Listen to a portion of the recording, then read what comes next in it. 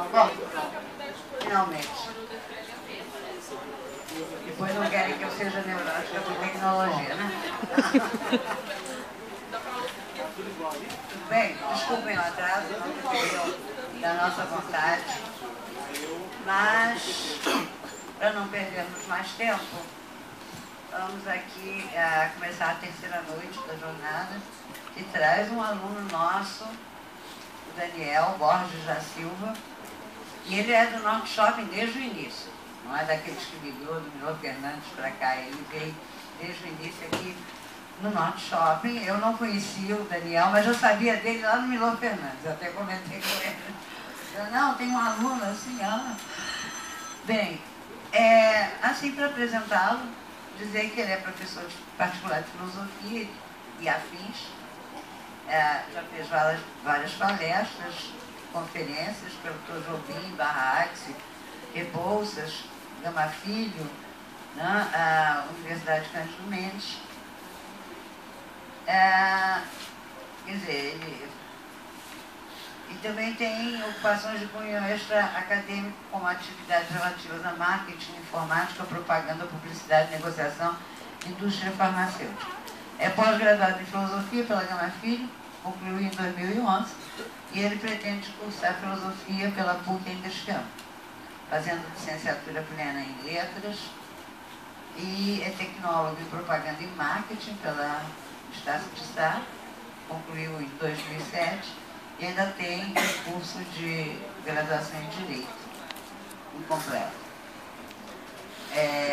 Fala várias línguas, tem curso técnico de informática, 36 cursos em áreas afins. Aí depois vocês perguntam para ele que ele vai dizer. E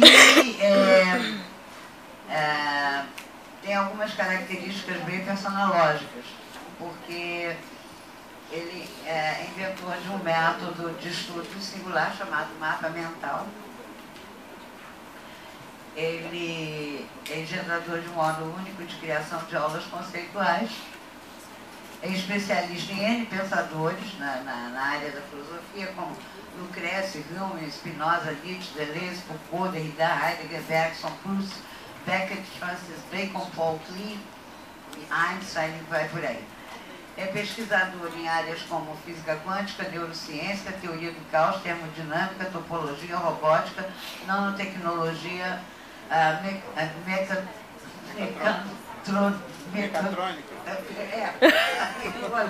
mecatrônica, fisiologia, anatomia, cérebro. Ótimo. Tudo bem, né? Já fui irritado.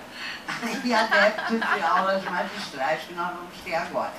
Então eu chamo aqui para se apresentar, né, e peço a vocês uma salva de palmas a Daniel, né, que vai nos apresentar com duas palestras.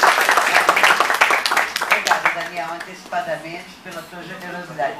Desde o semestre passado a gente está, né, tentando costurar essas palestras.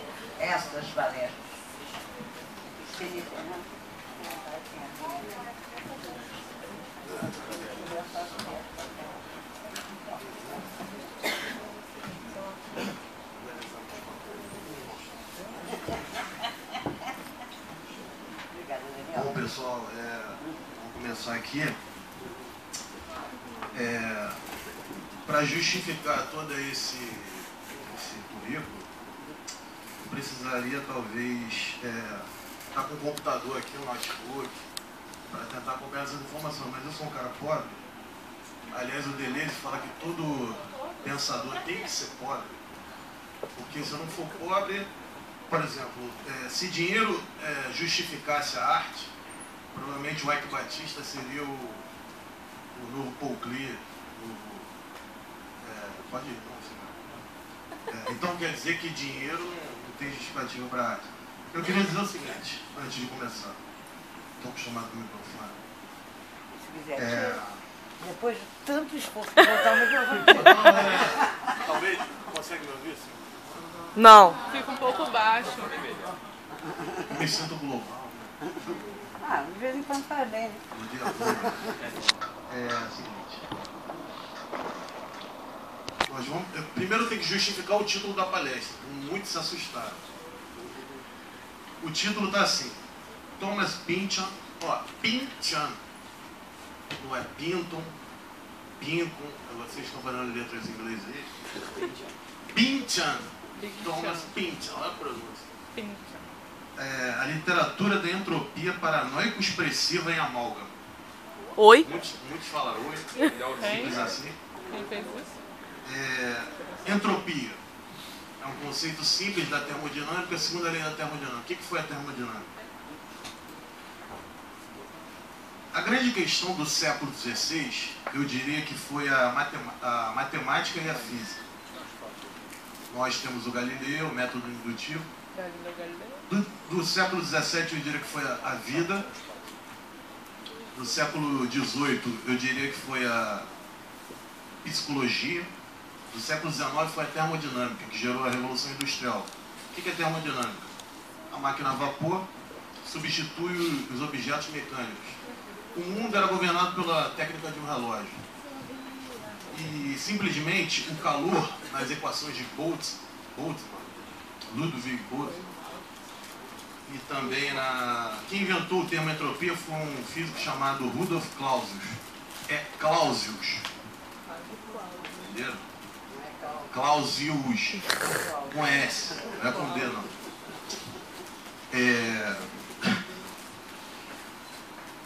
A termodinâmica, na verdade, tem 4 leis básicas. Lei 0 da termodinâmica, que fala sobre... Não vou entrar em questões porque aqui não é aula de física. Fala sobre o princípio trinomial do universo, quer dizer, se eu colocar um copo de café aqui, rapidamente ele vai ficar frio, por quê? Porque o copo vai tomar a temperatura do ambiente, certo? E então ele fala da relação entre os objetos no universo. A lei 1 fala de as relações no ambiente macro. A lei 2 que nos interessa. A lei 3 fala do zero absoluto. O zero absoluto é um princípio do universo que diz que qualquer coisa, qualquer matéria que chegar a menos 273 graus Celsius, ela atinge a morte térmica. Atingir a morte térmica, na verdade, é se dissipar. É uma abstração porque até hoje não foi observado. Por exemplo, em laboratório chegaram a fazer 272,9 graus Celsius e é uma nebulosa perto de Andrômeda chamada nebulosa de Bumerangue. Pensei que foi de Pegasus. A de Bumerangue atingiu menos 272,8 fora de um laboratório. Mas nunca foi observado o zero absoluto. Então vamos ficar na segunda lei, que é basicamente entropia. Por que entropia? Por que eu estou falando do Pynchon, literatura americana, depois da segunda metade do século XX? O que o Pynchon tem a ver com entropia? Simples. O Pynchon fez física pura aos 18 anos. Primeiro eu vou falar dessa personalidade chamada Pynchon que vocês têm que conhecer. Fiz questão, inclusive, um dos motivos de eu dar essa palestra é que ninguém mais conhece o Pynchon. Pra vocês terem uma ideia, eu fui, não tinha ninguém, aí contaram pra mim, eu vi. Seguinte, o Pynchon, ele sumiu da sociedade aos 20 anos. Sumiu como? Não existe foto dele depois dos 20 anos. Então, hoje ele nasceu em 8 de maio de 37. Quantos anos tem a criança? 76? Por aí, né? Então, a última foto conhecida dele é na Marinha por 20 anos. Não existe foto dele, não existe registro, ele não dá entrevista. Ele apareceu nos Simpsons com um saco na cabeça. Tem um episódio, para quem gosta de Simpsons, Thomas Pynchon, ele lançando um novo livro dele, ele com um saco na cabeça, que ninguém sabe o rosto dele. Dizem que uma vez ele encontrou um amigo no bar e ele estava com uma camisa, eu não sou Thomas Pynchon, escrito. É um palhaço. Então ele é uma figura enigmática e ele é da mesma tradição do Salinger, Apanhador no Campo de Centeio, famoso livro, que o Aston Oliveto, né Fábio? Dá para todo mundo, né, que vai na casa dele, um exemplar do Apanhador no Campo de Centeio. É aquele mesmo livro que o cara que matou o John Lennon estava lendo. O que será que tem nesse livro? Tem uma frase que eu gosto, que eu uso em toda aula de professor chato, que é toda essa lenga-lenga, tipo David Copperfield, que é a frase do Roden Catholic. Aí eu sempre lembro dela quando estou numa aula medíocre. Então Pynchon é uma figura única, singular. ele fez física, então ele entendia de entropia muito bem. E além disso, o Pynchon, dizem aquelas histórias de bastidores, que ele teria frequentado aulas do Nabokov.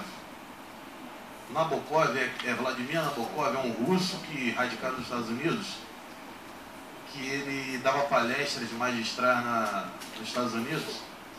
Você imagina um russo elegante, ele tem até uma história famosa dele, o primeiro dia que ele deu palestra numa universidade americana, ele chegou aquele russo imponente, com terno cortado sob medida para ele, ele olha na plateia, tá todo mundo de calçadinho, estudante rindo, cochichando, aí ele olhou, calmamente foi até uma cortina, uma janela, fechou ela inteira. Foi a segunda cortina, deixou pela metade. E foi a terceira, abriu. Aí os estudantes pararam de conversão, olharam para ele, o que será que esse cara está fazendo?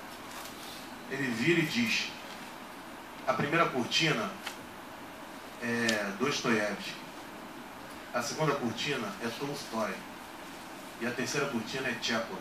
Vamos começar a palestra. Ele conseguiu a atenção de um público que não queria nada. Esse era o Vladimir Nabokov, o pai da Lolita, todo mundo já deve ter ouvido falar, né? O romance famoso, foi adaptado ao cinema. E o Pynchon teria ouvido as palestras do Nabokov, só que ele disse, um amigo dele disse que ele não entendeu nada porque o russo, o sotaque russo misturado com o inglês dele, não dava para entender nada. Mas o Pynchon tem na estética dele, se vocês lerem os livros dele, vou citar alguns, Mason e Dixon, a série de contos de Slow Lerner, tem o mais famoso de todos, que é o Arco-Íris da Gravidade, The Gravity Rainbow, tem o, posso citar aqui, o Leilão do Norte 49. E continua assim. O Leilão do Norte, tá dando para escutar isso? Não? Mais alto um pouquinho. Leilão do Norte 49. Os gregos no anfiteatro. Parou. O dia que o microfone parou. Nem Papai Noel tem um saco tão grande. Então, não, mas os gregos falavam no anfiteatro. Claro que o teatro era pensado para aumentar a acústica. Então, Slow Lerner, outro Mason e Dixon, tem outro famoso que eu poderia citar, V. Esse é um romance particular porque o nome ele não tem protagonistas centrais, porque ele acredita, por isso a entropia, que ele te dá muitas informações e aumenta o ruído do romance quando você está lendo, aumenta o ruído no entendimento do romance. A teoria do caos, aliás, tem uma frase brilhante do Friedrich Kramer, que é um botânico alemão, que ele diz que a beleza é um pequeno desvio no caos. Pequeno desvio. Se não tiver desvio, não formou objeto nenhum. Se tiver um desvio muito longo, você não tem beleza. Então, você tem acúmulo de organização. Então é uma teoria da botânica, é muito interessante que o Pynchon trabalha nas obras dele. Primeiro eu queria fechar, antes de falar da obra dele, a personalidade dele vai influir. Eu não gosto de falar da personalidade de autores. Aliás, tem o Brancusi, que é um artista, escultor, ele diz que para você começar a fazer arte, você tem que parar de trabalhar com a sua biografia. Você tem que trabalhar com algo impessoal que o ligue a todos. E o que a gente vê na televisão? A gente liga a televisão, vê uma pessoa... por exemplo, não quero citar o nome de uma atriz famosa, que ela recebeu por Twitter várias informações que ela pediu e publicou como livro dela. A pergunta que eu vou fazer não é o que o Pynchon diria. O Pynchon rasgaria e faria fogueira São João com o livro dela. Mas assim, o que vocês diriam? Foi ela que escreveu esse livro? Não. Chega a ser patético. patético. As pessoas mandassem várias coisas para ela. Ela pegou, reportou. Isso me faz lembrar o Vertov. Vertov é o pai da edição do cinema russo. Ele descobriu que o corte e uma montagem, você pode suspender o tempo. Eu posso pegar um corte, não posso? Tranquilamente. Um discurso do Lenin, 1917, colar com o do Obama, não posso fazer um corte seco e colar? Então, será que eu tô criando uma nova forma de fazer cinema, de pular o tempo? De 1917 eu fui para 2010. Mas ela não pensou em Vertal, ela pensou em reprodução de conteúdo. O Pynchon, ele trabalha um conceito muito interessante chamado... Primeiro deixa eu fechar, acho que é melhor fechar da vida dele. Por que ele sumiu da sociedade? Tem um ditado latino famoso chamado latebiosas. Se a pronúncia não estiver boa, porque eu briguei com o professor de latim, saí da aula no primeiro dia, então eu estudei por conta própria, né, como você fala. Latebiosas. Ele diz o seguinte: esconda a sua vida. Um autor vem de Epicuro. Lucrécio foi o pai de usar a teoria atômica, falou isso num poema De Rerum Natura, da natureza das coisas. A obra do Lucrécio é brilhante, eu sugiro a vocês procurarem. Ele tinha uma tese central, vou cortar aqui o Pynchon, falar muito assunto, vou seguir uma linha aqui, Cliname, ele tinha um desvio no caule, vou fazer aqui. Ele dizia o seguinte: toda a minha obra é para afugentar os mitos e a religião. Mas não é a religião como forma, é o que de transcendência a religião tem. Só que era um poema que na verdade falava sobre física, mas no fundo é filosofia. E o Lucrécio é discípulo direto do Epicuro e dos atomistas, do Demócrito, do Leucipo, e também ele é discípulo direto de uma linhagem que veio desde o Empédocles. Aliás, eu vou falar do Empédocles, também é brilhante. O que o Lucrécio diz na obra dele? Toda a minha obra é para provar que depois da morte você morre. Peraí, Lucrécio. Deu o trabalho de fazer um poema sobre física para dizer o óbvio, depois da morte você morre? Quem disse que é óbvio isso? Toda religião diz o contrário disso. Depois da morte você vive. Seja na vida eterna, ou seja, o seu corpo, o seu espírito ou a alma, existe a morte. O Lucrécio fez uma obra materialista no sentido de que ele deu privilégio ao corpo, dizendo que depois da morte você morre. Não quer dizer que a morte seja o fim. A morte, na verdade, eu poderia citar o Bichat é um anatomista francês, que ele diz que a vida é uma série de procedimentos que resistem à morte. Ele dissecou mais de 30 cadáveres, ele chegou à teoria dos conjuntos, o tecido conjuntivo, através disso. A vida é uma série de processos que resistem à morte. O entorno venceu, e aqui eu cito a teoria do Luhmann, do sistema dinâmico do século XX, o alemão. Ele inclusive tem livros em parceria com o Derrida, que eu vou falar mais para frente. Ora, se a vida é uma série de procedimentos que resistem à morte, o que acontece se houver uma paralisia na vida? Duas coisas paralisam a vida: doenças físicas e mentais. Doenças mentais, neurose e psicose. Nós estamos cercados de neuróticos e psicóticos. Tem um poeta que chama os neuróticos eles nos dão beijos contagiosos. Se a gente deixar os neuróticos tocar na gente, ele paralisa um processo da vida, e a vida não flui. Isso aqui tem uma lição importante que a gente tem que tirar disso. A vida é fluxo. Isso aqui nós nunca mais vamos abandonar durante a palestra. Fluxo, processo, devir. Devir vem de uma palavra latina chamada devenir. É o chamado, na filosofia, fluxo heraclítico. Mas eu não vou entrar nisso porque é mais técnico. A vida é um processo. E ela tem que ser pensada como força, não como forma. Porque a forma vem dos indivíduos. Aqui eu já posso entrar no Foucault. Foucault tinha duas questões chamadas exame e inquérito. Isso na História da Sexualidade, volume 3, a Vontade de Saber. Exame é uma situação... um belo dia ele encontrou uma medalha de um cavaleiro. Ele olhou e viu que o povo estava emoldurado nessa medalha.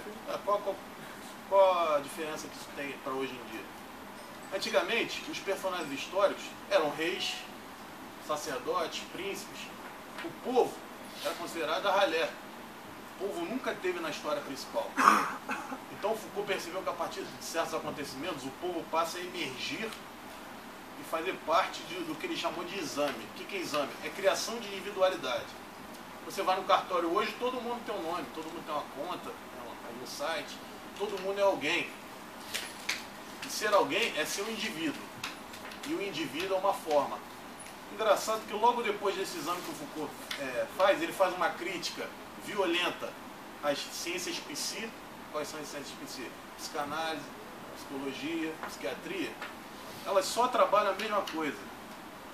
Curar os probleminhas dos indivíduos, sejam eles neuróticos, psicóticos. Agora, tem duas categorias especiais que eu vou trabalhar, principalmente em DDs, esquizofrenia e a paranoia no Pynchon. Imagina que você é um rato num laboratório, é assim que o Pynchon vê a gente. Você recebe algumas informações, tem algumas interações, mas no fundo você não sabe nada do que está acontecendo no laboratório. O Pynchon não descarta, e isso é incrível, que alguém possa saber o que está acontecendo no laboratório. Não somos nós. Mas ele acha que, inclusive, ele diz que a imprensa trabalha muito no sentido de falsear a questão. E aqui eu já entro em Bergson. O Bergson, em vez de trabalhar com respostas fáceis, que é o seguinte: a sua resposta está certa ou está errada. Ele não trabalhou assim. Ele trabalhou assim: existem falsas questões ou questões verdadeiras, genuínas e bem colocadas. O Bergson dizia, ao contrário do Marx, uma questão bem colocada já está praticamente resolvida. Então, qual é a questão principal? Vou pegar uma obra que eu acaso, o Meursault do Camus, Albert Camus. A questão que o Camus levanta para a gente, essa questão bem colocada, é o seguinte: o que devemos fazer dessa nossa única vida? Mas peraí, existe outra? Não. Empírica existe essa vida. Se existem outras, são suposições, qualquer outra coisa. O que fazer dessa nossa única vida? Ele até levanta que a única questão filosófica relevante é o suicídio. Se a vida vale a pena ser vivida, eu vivo a vida, com a maior intensidade possível. Se a vida não vale a pena ser vivida, eu me suicido. É a questão que o personagem dele levanta. Então, viu a diferença de uma questão bem colocada para uma questão mal colocada? A pessoa pode estar fazendo um curso de medicina, na verdade ela se interessa por história da medicina. Será que ela vai ser um bom médico? Eu acho que a questão dela não está bem colocada. E o Pynchon trabalha com a paranoia no texto dele. E ele trabalha com duas paranoias. A primeira paranoia é uma paranoia negativa. É o seguinte: há paranoicos que não sabem nada do processo que está ocorrendo ao nosso redor e nunca vão saber e não se preocupam com isso. A paranoia positiva, por incrível que pareça, a solução para o rato de laboratório, vamos ficar com essa imagem. Por incrível que pareça, ele diz que é a paranoia afirmativa. É o seguinte: o rato, é aquela história do filme do leite. Havia dois ratos no copo. Já viram esse filme? Já. Um rato. Leonardo DiCaprio. Um rato ficou no copo, o outro ficou nadando no leite, fazendo movimento, o outro ficou parado. Falou: para que eu vou tentar me esforçar? Não vou sair da xícara dele. De manhã, o rato que se movimentou, tinha criado nata, saiu do copo. O outro ficou lá dentro e morreu, asfixiado. Então, vamos dar esse exemplo. É bom porque é uma história americana e os americanos trabalham essas... O Deleuze diz: os americanos sempre trabalham no meio. Né? Eles nunca começam pelo princípio ou fim. É só ler a obra do Walt Whitman, nós vamos ver. Ele tenta criar um povo americano através da literatura. Então, os americanos, na verdade, a literatura inglesa, de modo geral, os ingleses, T.C. Eliot, todos esses caras, D.H. Lawrence, esses caras brilhantes, eles começam sempre pelo meio das histórias. Então, vamos dizer o seguinte: o Pynchon, primeiro eu vou fazer uma... Vocês estão vendo que é muito conteúdo, né? Estou no caos, tem que organizar o caos aqui. Só para vocês terem uma ideia, essa minha pesquisa para cá, para essa palestra, gerou 3 óculos. Uma sobre Pynchon, uma sobre Deleuze, e uma sobre pensamento, e uma sobre energia livre de Gibbs, que é um tema da física termodinâmica que está substituindo o termo entropia. Eu levo a sério as coisas que eu faço, né? Então, vamos pensar o seguinte. Vou fazer um pequeno resumo da literatura americana para vocês entenderem o que está acontecendo aqui, de 45 até hoje. Richard Wright escreve um livro chamado Black Boy, sobre os preconceitos. Na América, você sabe que os brancos e negros eram segregados ao ponto de terem banheiros diferentes. Olha o absurdo da questão. Então o Richard Wright cita a infância dele, cita como é que ele viveu no meio desse preconceito. É o precursor da literatura depois da Segunda Guerra. Depois vem o Flannery O'Connor, trabalhando com uma poética quase religiosa no romance americano. Depois temos Salinger, temos Nabokov. Nabokov eu vou tratar como americano porque ele é radicado. Surge o Pynchon e surge o que o Harold Bloom chama de... Harold Bloom, de modo crítico literário, ele chama de os 4 cânones do século XX da literatura americana. Quer dizer, ele diz que no século XXII nós chegamos a...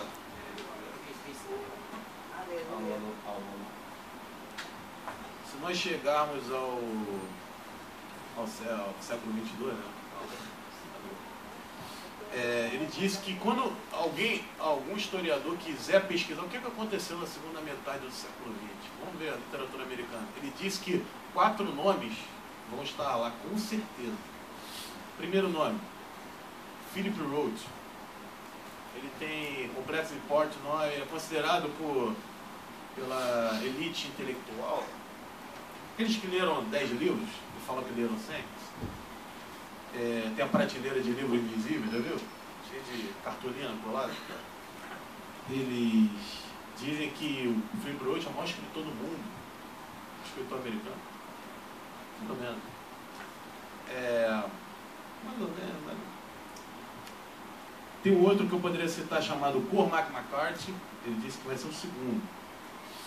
O terceiro vai ser o Don DeLillo.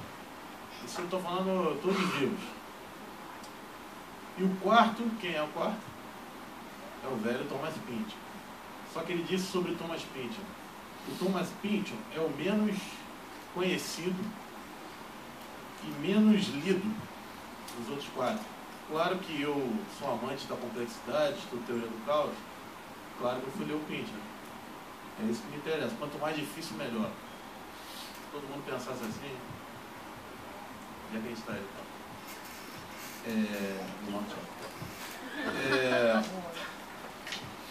Então, Pynchon é um autor enigmático. Primeira coisa, é interessante. Ele cita, só para vocês terem uma ideia do que ele faz, eu estou falando do autor que ninguém leu aqui, provavelmente, ou poucos ouviram falar sequer. É difícil para mim, né, ter o respaldo teórico, a Gilda sempre fala disso, né? Você com respaldo teórico, você faz miséria. Mas eu estou sem o respaldo teórico aqui, eu estou só no talento. Mas vamos no talento mesmo. Ousadia dele. Quer dizer, o Pynchon ele tem uma série de personagens periféricos. E ele nunca tem um central. Sabe por que ele nunca tem um central? Ele disse: a história do centro não me interessa. Só me interessa a verdadeira história. E aqui é uma frase do Deleuze que eu posso usar para o Pynchon. A verdadeira história é a história do desejo. Quer dizer, toda essa historinha de cartório, isso aí só serve para dar as histórias. Chegaram a falar que o Pynchon trabalha no realismo histérico. E histeria aqui não tem uma conotação negativa, porque o Freud fez muito bem seu papel de destruir a histeria, dizendo que era coisa de mulheres mimadas, complexo de Édipo, fantasma, castração, complexo de Erésia, sabe? Baboseira. Inclusive, às vezes eu troco a pronúncia, chamo de fraude em vez de Freud. Sério, Freud. E Jung e Junk também, né? Bicho. Eu sei que o pessoal não deve estar gostando muito, né? Todo mundo ama o Freud. Eu gosto. Então, Eu gosto do Jung. E o Jung também. então, sabia? Eu queria polêmica sempre, isso aqui. E o Reich, leia o Reich e o Lacan. Só a parte dele que ele trata do nó de Borromeu, que é real, simbólico e imaginário estão entrelaçados. Isso é interessante. Aquele nó de marinheiro, ele disse que se você cortar um dos